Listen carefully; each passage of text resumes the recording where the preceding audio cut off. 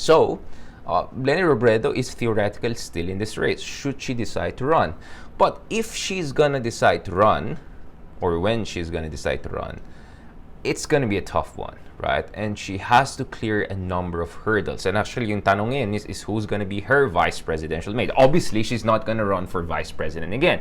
And there are discussions about the possibility that Leni Robredo will actually run for governor in her home province back in Bicol. That's again a possibility, no? Although that's not going to be a very easy race, no? She's going to run against some of the established political dynasties there. But, going back again to national politics, if she's going to run, who's going to be her vice presidential mate? Is it going to be Trillanes, who actually ran, I think, as vice president in the last elections, if you remember? Not the best result, not the best outcome.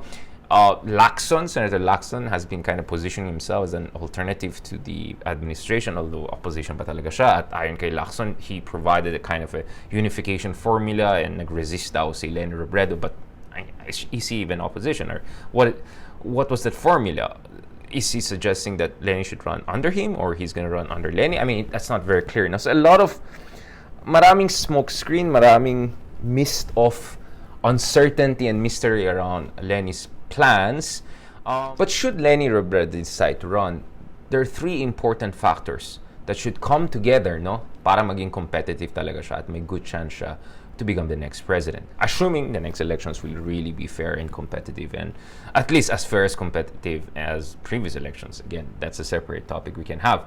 But three things should come together. The first thing is many pro-incumbent or similar to the incumbent candidates should run.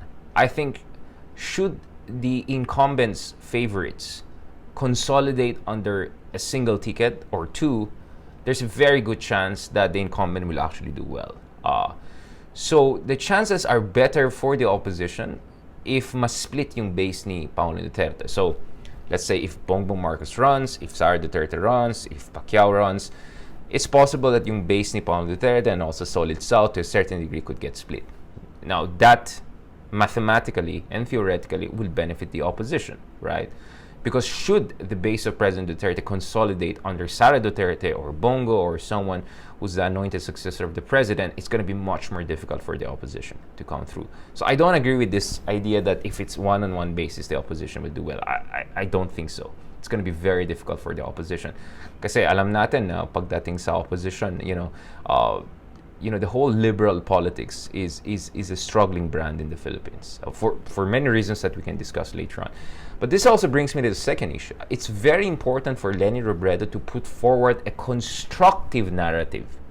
Kasi nga, yes, opposition is known for criticizing the president, his human rights record, his mishandling or alleged mishandling of the crisis. There are many things, right? Or he's not standing up to China. Yes, but the opposition should also stand for something, and this is exactly what the late President Pinoy said a few years ago. Now, the opposition should also remember what they're standing for, not only what they're standing against. And this is where I think, for many analysts, yung one thing that was frustrating with Leni Robredo is that she did not forward a kind of inspiring narrative considering her experience in Naga, considering the Robredo's track record in Bicol. I mean, I remember before Leni Robredo ran for the vice presidency, there were discussions about the Naga model, or the Robredo model of governance. And for some reason, that has not been discussed as much, or hindi siya na-emphasize masyado. And we know that matters because the Davao model really helped the Dutertes. And now you have Isko Moreno having his own Manila model. We have rising stars like Vico discussing his own model as a mayor. But Vico himself said at some point, if I'm not mistaken, that na-inspired din siya dun sa ginawa ng mga Robredos in Bicol, especially in Naga, when Leni Robredo was serving on a local level leadership. Let's not forget she's a former congresswoman. So it's the Naga model that I think they should have focused on. And yes, maybe the Liberal Party supported her a lot in the last election, but we know that the Robredos are their own, that they have their own brand, that they have a much more progressive, social democratic kind of style of leadership and governance. And for some reason, hindi masyado na-emphasize yun over the past few years. And that's something very surprising. We don't know what's the problem here. Is it a communication issue? Is it really there's no agreement on this issue? Is it because there's no recognition of the importance of the issue? But the reality is that ang gusto ng taong bayan is a progressive, proactive leader, someone with a local government background, someone who can get things done. And Leni and Robredo could have talked about that, and for some reason hindi na pag-usapan yan. So I think that's very important to talk about heading into the upcoming elections.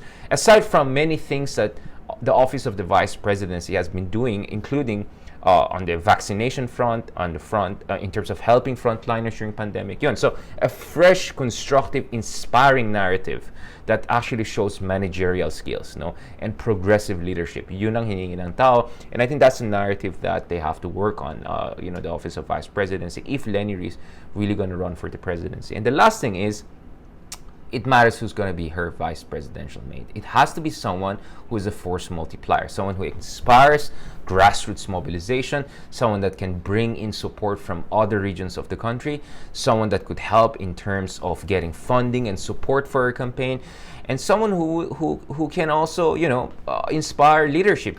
Just in case, because after all, if you're going to be the vice president, you can also become president one day. So it's very important, that we have someone relatively fresh-faced, competent, and someone who has credibility at hindi seen as trapo or obstructionist, or someone who has questionable commitment to democracy. I mean, these things are very important. Should Leni run for the presidency, the vice presidency will also matter. So let's just keep it there, and let's see if Leni is going to really run for the presidency, or she's going to run for a local government position.